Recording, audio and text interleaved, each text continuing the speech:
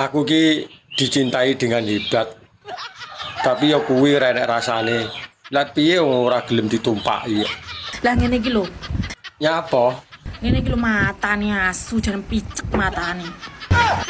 Glogok jaran dipisui aku. Wong lanang modelan ngene iki lho janan. Lah wong saiki nggonku sesuk ya nggonku ae lho. Picek tenan. Lah jenenge cintai apa-apa kan ya gelem. Wong lanang jaman saiki ancen kok ngene lho, Rek. Lah wong jenenge ya normal lho. Ya duwe rasa pengen barang. Sabar-sabar oh, dadi wong wedoke sabar-sabar oh. Lah wong lanang lho luwih sabar wangsam. Sabar-sabar oh. Wong lanang jaman saiki ki diwehi ati malah njaluk pepek. Lah piye wong tarah sak paket lho. Diwehi ati malah njaluk fefek ki yo ngene iki.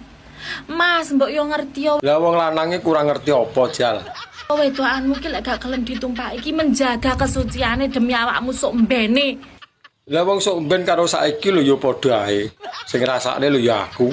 Kok lek awakmu diwehi saiki?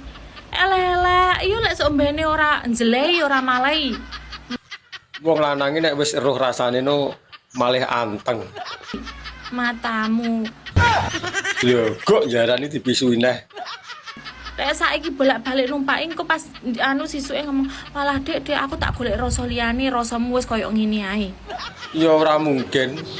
Wong wis kadung tak pangan ya kudu tak entekne to. Ku matane gacek kane asu. Lho, kok jaran. Anjay.